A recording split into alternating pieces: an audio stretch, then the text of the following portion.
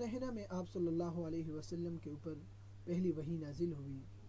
حضرت خدیجہ رضی اللہ تعالی عنہ آپ صلی اللہ علیہ وسلم کو ورقہ ابن نوفل کے پاس لے گئی۔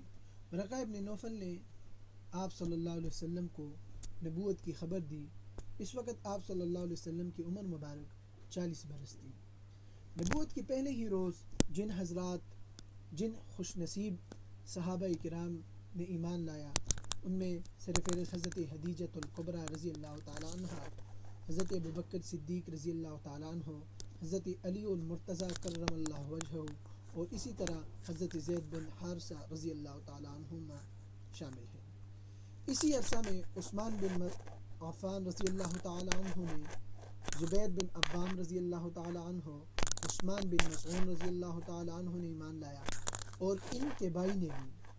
عبیدہ بن حارث رضی اللہ تعالیٰ عنہ، سعید بن زید رضی اللہ تعالیٰ عنہ، جعفر بن ابی طالب رضی اللہ تعالیٰ عنہ، اور حباب بن ارط رضی اللہ تعالیٰ عنہ، عبداللہ بن مسعود رضی اللہ تعالیٰ عنہ، اور فاطمہ بنت خطاب رضی اللہ تعالیٰ عنہم نے اسلام قبول کیا۔ انہی خوش نصیب میں مصعب بن عمیر رضی اللہ تعالیٰ عنہ بھی شریک تھے۔ نبوت کے چوتھے سال فاصدع بما تؤمر واعرض عن المشرکین کی آیت جب نازل ہوئی تو آپ صلی اللہ علیہ وسلم نے اعلانیہ طور پر دعوت اسلام دینا شروع کر دیا۔ دوسری بات یہ ہے کہ نبوت کے 5ویں سال حبشہ کی جانب ہجرت ہوئی، اور اس میں تقریباً 11 مرد اور 4 عورتیں، دوسری مرتبہ 82 مرد اور 18 عورتیں شامل ہوئیں۔ چھٹے سال حضرت حمزہ رضی اللہ تعالی عنہ، جو آپ صلی اللہ علیہ وسلم کے چچا تھے، انہوں نے اسلام قبول کیا، اور انہی کے اسلام قبول کرنے کے 3 دن بعد حضرت عمر بن خطاب رضی اللہ تعالی عنہ نے بھی اسلام قبول کیا۔ بعثت کے 7ویں سال مقاطعہ قریش ہوا، یعنی قریش نے متفقہ طور پر معاہدہ کیا کہ حضرت محمد صلی اللہ علیہ وسلم، بنی ہاشم اور دیگر تمام مسلمانوں سے مکمل طور پر بائیکاٹ کیا جائے۔ اس معاہدے کے دستاویز کر کے بیت اللہ میں لٹکا دی گئی اور مسلمانوں کو شب ابی طالب میں محصور کر دیا۔ بعثت کے 8ویں سال معجزہ شق قمر ہوا، یعنی آپ صلی اللہ علیہ وسلم اور ان کی مبارک ہستی سے ایک معجزہ صادر ہوا، جو معجزہ شق قمر کہلاتی ہے۔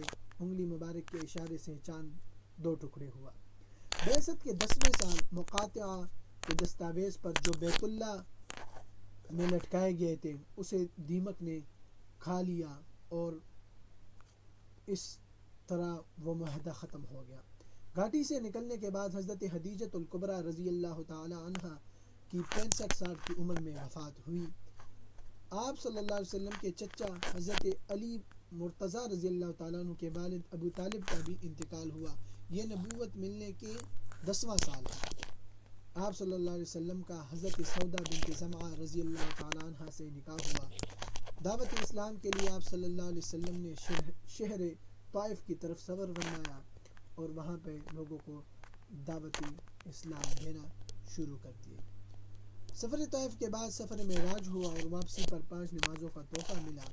قبیلہ خزرج کے 6 افراد نے آپ صلی اللہ علیہ وسلم کے ہاتھ پر اسلام قبول کیا۔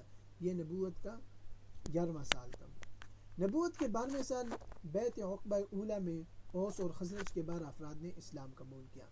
مدینہ میں اسلام کی اشاعت آپ صلی اللہ علیہ وسلم نے جن صحابی رضی اللہ تعالیٰ عنہ کو چنا، ان کا نام مصعب بن عمیر رضی اللہ تعالیٰ عنہ ہے، اور انہیں مدینہ کی طرف روانہ فرمایا تاکہ وہ اسلام کی اشاعت کرے۔ بعثت کے 13ویں سال حضرت اسید بن حضیر اور حضرت سعد بن معاذ رضی اللہ تعالی عنہما نے اسلام قبول کیا۔